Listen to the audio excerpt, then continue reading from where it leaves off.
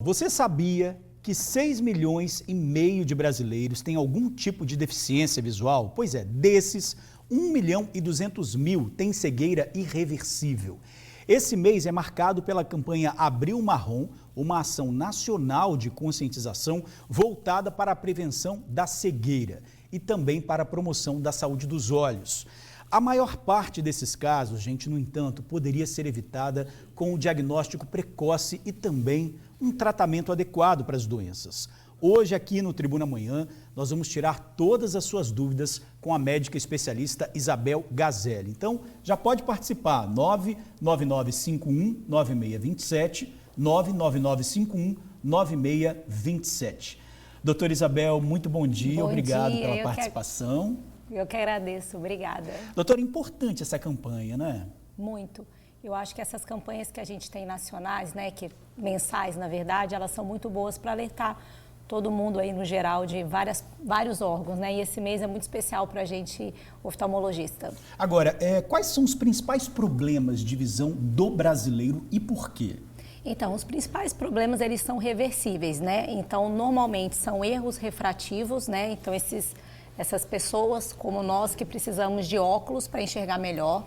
E outros problemas, eles são considerados doenças, né? Então, o mais comum é catarata, né? E seguido de glaucoma, também, que é uma doença que ela vai afetando a visão silenciosamente, né? Mas o mais comum, dentre as questões, né, de doença que a gente considera catarata, é o mais comum. Agora, o glaucoma e a catarata, ela pode ser retirada com facilidade, não é isso? Sim. A cirurgia ela é feita hoje em dia, né, quando bem indicada, no momento certo, com muita segurança e uma cirurgia segura, né, sem muitos contratempos para o paciente, rápida e segura. Agora, o glaucoma, algumas pessoas falam que isso é genético, se a sua família tem, você tem que ficar atento, não é? Quais são esses sintomas do glaucoma e como eu devo me preocupar? Então, o glaucoma, que é a parte chave aí, ele é assintomático, né? Que o glaucoma, na verdade, ele é a lesão do nervo óptico. Então, essa perda de qualidade de visão, essa percepção, ela vai indo lenta e sem sintoma, né? Existe, às vezes, um mito ou uma crença que existe dor ocular.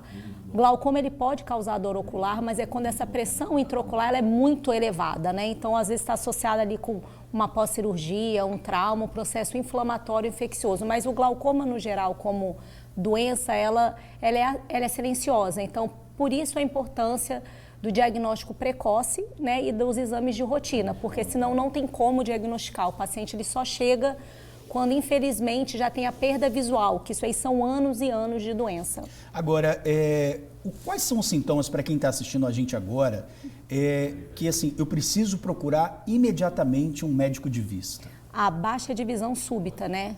Eu acho que o paciente que ele acorda com baixa de visão, mancha, não está enxergando bem, dor no olho, uma vermelhidão após um trauma, isso aí são sinais que você tem que procurar com uma urgência para poder resolver o mais rápido possível. A gente falou aqui de um caso, né, específico, e a gente tem também a participação de uma amiga do TN, né, sobre uma doença que a gente falou. Pode rodar aí a entrevista dela, por favor.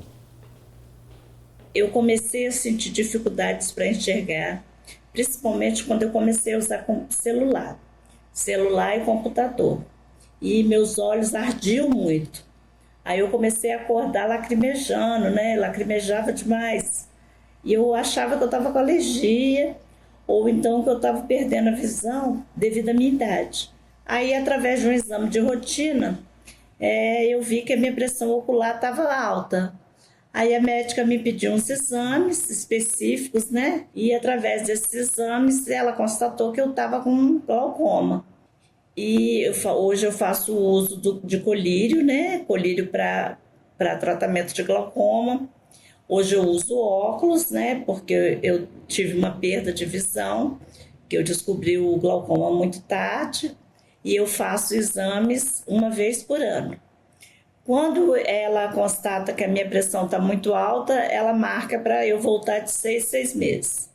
Agora, quando a minha pressão, eu faço os exames e ela está dentro da normalidade, aí eu só preciso voltar de ano em ano. Pois é, doutora, a Senita traz aí uma questão muito importante que é o uso do celular. o uso das telas, né? Eu queria que a senhora falasse um pouquinho sobre isso, até que ponto, né, a gente ficar ali no celular, principalmente de noite, no escuro, né, pode trazer prejuízo aí para a nossa visão. Perfeito. O que ela explicou é um clássico ali. São vários fatores somados, né, que leva a essa baixa de visão, né? Provavelmente o dela, o que causa que ela chamou a atenção do celular e da tela é que, de fato, para a gente enxergar próximo, a gente precisa que todo o nosso olho ali, o sistema acomodativo, que faz parte junto com o cristalino, ele trabalhe. Então, há uma contração para que essa imagem caia próximo, né? Para que a gente enxergue bem. Então, as pessoas que usam muito o mundo de perto, seria celular, tablet, computador ou leitura, para quem usa muito, tem esse músculo mais cansado, né? Todo esse sistema mais fadigado. Então, dá os sintomas muito clássicos que ela explicou, que é lacrimejamento, ardência nos olhos, você olha, vê tudo mais embaralhado, dá uma vontade, às vezes, de fechar o olho, é como se a gente quisesse, de fato, descansar. Então, a gente fecha o olho para descansar esse sistema acomodativo. E junto com, assim, graças a Deus, todos esses sintomas que, para mim, tem mais fator desse cansaço, talvez da idade dela, levou ela a procurar um oftalmologista, onde foi diagnosticado o glaucoma, que provavelmente para ela era silencioso, mas ela acabou associando uma coisa a outra. Agora a gente vê, doutora, muitos pais falando para os filhos assim, afasta o celular da visão, tira daí, né? A gente fala das crianças, sim, mas também muita gente fica com o celular aqui, ó. Sim. Qual é o prejuízo de você ficar com o celular muito próximo do seu olho? Então, toda vez que você fica, quanto mais próximo, pior para todo esse sistema. Então, de fato, dá uma fadiga ocular, dor de cabeça, lacrimejamento excessivo, né? Então, a pessoa ela pode ter até baixa de visão para longe, que quando não chega no consultório, a gente constata que essa pessoa ela não tem dificuldade para longe, mas esse músculo está tão tenso para perto que ele não relaxa para longe. O que a gente pode fazer? Tem algum exercício? Qual é a dica, né, para descansar as vistas? Sim, existe uma regra bem conhecida que a gente brinca que é 20, 20, 20. Então, mais ou menos a cada 20 minutinhos de tela, a gente olha para longe, né, uns 20 segundos. Como isso é um pouco irreal, eu acredito, para a maioria das pessoas, eu sempre falo, para um pouquinho a cada meia hora, olha para uma distância, fecha os olhos, né, para dar essa pausa na visão de perto. Olhar para longe ou fechar os olhos é bacana. De preferência ali também, né, bater um papo, conversar. Bater um papo, levanta, pega uma água, enfim, faz outra coisa. Sai um pouco do celular, né, Exato. gente? Olha só, amigo e amiga do TN participando, tem pergunta aí, ó. A Maria Rosa, de Itaquari, em Cariacica, ela pergunta sobre a catarata. Só dá em idoso e como evitar? Ótima pergunta. Na verdade, a catarata ela não só dá no idoso, é mais comum no idoso que a catarata senil, né? Com o processo de envelhecimento, esse cristalino ele vai perdendo a transparência, então a gente chama de catarata. Isso é mais comum a partir ali por volta dos 60, 65 anos. Então, eu sempre falo com todo mundo vai ter catarata se Deus quiser, se chegar nessa idade. Então, isso é uma coisa natural, fisiológica, o envelhecimento do olho, né, desse órgão que é o cristalino. Mas existe catarata que pode ser em bebês, então tem bebês que nascem com catarata, né, então a catarata congênita. Existe catarata pós-trauma, então você teve um acidente, bateu uma bola, um acidente no trabalho que bate alguma coisa no olho. Essa catarata ela é formada pelo trauma direto nesse órgão, que é o cristalino. Né? Então, o mais comum, sem dúvida, é do idoso, que todo mundo vai ter, se Deus quiser. Se não, pode acontecer por fator aí também de doença, diabetes, faz com que isso tenha, né, seja antecipado. E é fácil tratar, é só tirar, não é, doutor? É só tirar, sim, só tirar. Bom, tem mais pergunta aqui do amigo do TN, o Benedito Vieira, do Bonfim, em Vitória, disse o seguinte: estou com muita dificuldade em enxergar, principalmente em ambientes com pouca luz. Eu devo me preocupar, doutora? Bom, depende. Se esse paciente é um paciente depois dos 40 anos, é comum que essa dificuldade ela possa acontecer e não ter grandes problemas, né? Que é esse cansaço aí do olho que acaba tendo prejuízo tanto com as letras pequenas ou em ambiente com pouca luminosidade. E existem coisas mais raras, que seriam algumas doenças da retina, onde o paciente ele tem mais dificuldade no ambiente escuro do que no claro. Mas isso já é acredito que é um outro assunto, que são doenças mais raras, né? Umas distrofias, especificamente que o paciente tem mais dificuldade no escuro do que no ambiente mais claro. Tiago Martins, de Cariacica Sede. Meu pai tem miopia. É hereditário? Ele pergunta. Como perceber os sinais? Aí eu queria que a senhora diferenciasse, assim, miopia de estigmatismo, né? Qual é a diferença? Tá. Primeiro que miopia, a maioria dos casos, ele é hereditário, né? Então, isso passa de pai para filho, mãe para filho. Então, há uma chance grande, se um dos pais tem miopia, do filho, né, ser portador dessa alteração. E o que acontece? Miopia é uma dificuldade para longe. Então, normalmente, ela aparece ali no final da primeira infância para o começo da vida adulta, ali dos 12, 14 anos. A gente vê uma prevalência hoje em dia maior nas crianças, mas de via geral é uma dificuldade para longe. Então você vai olhar para longe, vê um pouco embaçado, na sala de aula tem que ir mais para frente porque atrás é um pouco incômodo, né? Então começa assim muito sutil e ela vai progredindo, né? Então ela começa ali mais baixinha e geralmente ela progride ali até por volta de 21, 24 anos de idade. Agora eu queria, doutora, já que a senhora falou disso, como a gente sabe que a criança está tendo problema de visão, principalmente no início escolar? Porque Sim. Como que a gente vê que os nossos filhos, nossos sobrinhos têm problema de visão? Tá. É importante, assim, essa dificuldade, às vezes, ela é muito sutil no começo. Então, sem dúvida, um exame preventivo, né, um check-up anual, enquanto que eu sempre falo, as crianças, às vezes, elas não conseguem expressar muito bem o que elas estão sentindo. Então, levar o filho a cada um ano e meio, sobrinho, enfim, para consulta, a gente faz todo esse check-up para quantificar essa dificuldade ou não. Se não, na escola, né? Eu falo, a escola tem um papel fundamental. É na escola que a criança tem uma demanda visual muito grande e os professores, eles começam a perceber que aquela criança está copiando devagar, está com dor de cabeça, então eles têm que ser trocados dentro da sala de aula. Então, acho que a escola tem um papel fundamental e de forma, assim, que ajuda, sendo o check-up mesmo anual. Tá, agora a gente está no Abril Marrom, né? Vamos falar sobre a questão da cegueira, né? Quais são as principais causas de cegueira aqui no Brasil? A principal causa de cegueira no Brasil é a catarata, né? Então a gente fala que que bom que seja a catarata, que ela é uma doença tratável, né? Então, tirando a catarata, é muito comum uma doença chamada doença macular relacionada à idade. Então, assim como a catarata que acontece ao longo dos anos da vida, essa doença também ela ocasiona. Só que, infelizmente, ela pode levar a uma perda permanente, que é muito difícil ser tratada, a não ser que o paciente acompanhe desde o começo, né? Fazendo exames de fundo de olho. Aí existe algum tipo que você faz tratamento com vitaminas, né? Uso oral, se não, alguns tratamentos dentro do olho, alguma injeção, caso precisa. E o que é muito comum, que eu falo também, é doenças vasculares, que são causadas pelo diabetes e pela hipertensão arterial, que essas também, dependendo, pode causar lesões irreversíveis. Doutora, mais participação do amigo da amiga do TN. A Eva Monteiro de Viana, ela disse o seguinte: perdi minha visão por falta de informação. Achei que era porque estava ficando velha e como morava na roça, não tinha tanto acesso à saúde assim.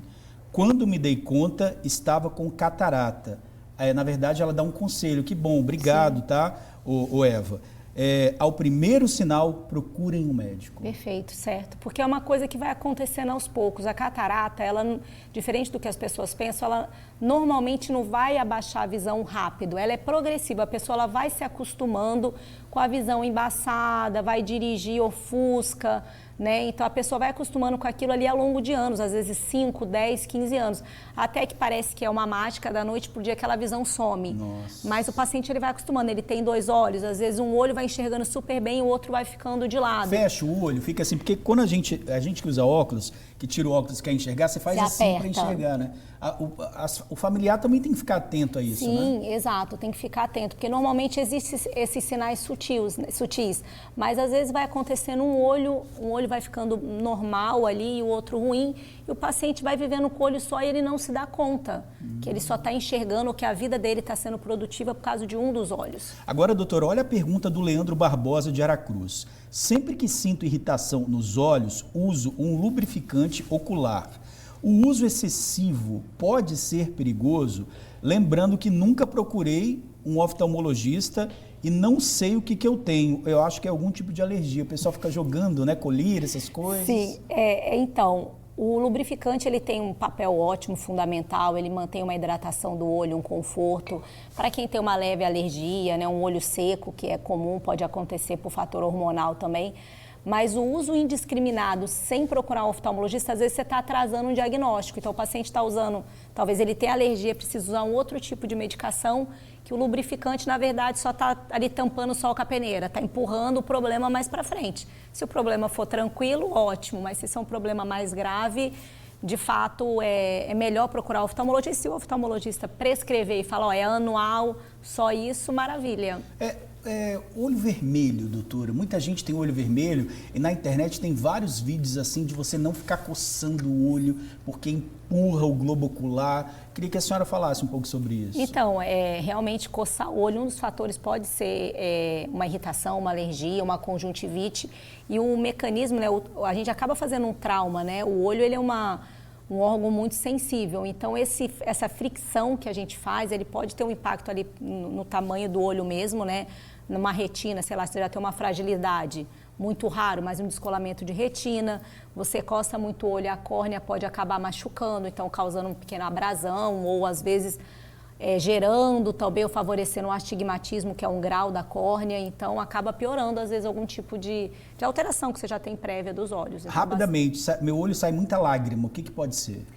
Olha, pode ser um olho cansado, né, que a pessoa está cansada, então há um reflexo mais exagerado de lacrimejamento, um comecinho de conjuntivite, pode sair muita lágrima, né, então tem que ficar mais ou menos atento se junto com isso vem alguma outra coisa. Tá, por último, doutora, a importância dos óculos de sol na prevenção das doenças. Sim, perfeito. O óculos de sol, ele vai proteger o nosso olho, a parte interna do olho, contra os raios ultravioletas, que são altamente, né, faz um processo danoso e oxidativo, tanto para a catarata como para essa doença da retina, doença macular relacionada à idade. Então, o óculos, ele tem o papel de filtrar, né, os raios ultravioletas que causam danos mesmo, né, físico ali para as estruturas dos olhos. Estão perguntando, doutora, sobre lavar o olho com soro fisiológico.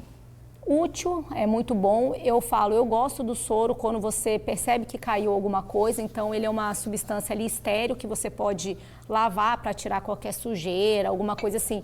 Mas para uso corriqueiro, tem muitas pessoas que usam, também ficam alerta, usa como se fosse tipo um lubrificante, sabe? E aí essa composição do soro pode acabar fazendo mal, levando uma alergia ou uma irritação a longo prazo. Doutora, muito obrigado pela sua participação. Passou muito rápido, tá? Se alguém quiser mais alguma informação, tem as redes sociais, a minha, do Hospital de Olhos. Pode falar, por favor. Que é @doutora Isabel Gazelli, tem a do Hospital de Olhos Vitória, onde eu trabalho, que a gente sempre costuma deixar tudo atualizado, né, dando dicas, informações importantes. Isabel com S. Isabel com S. Isabel Gazelli com Z. Com Z, né? isso. Isabel com S, Gazelli com Z. Doutora, muito obrigado. Muito obrigada, eu que agradeço, foi um prazer. Muitas participações, prazer é nosso. Seja bem-vinda mais uma vez. Obrigada. Gente...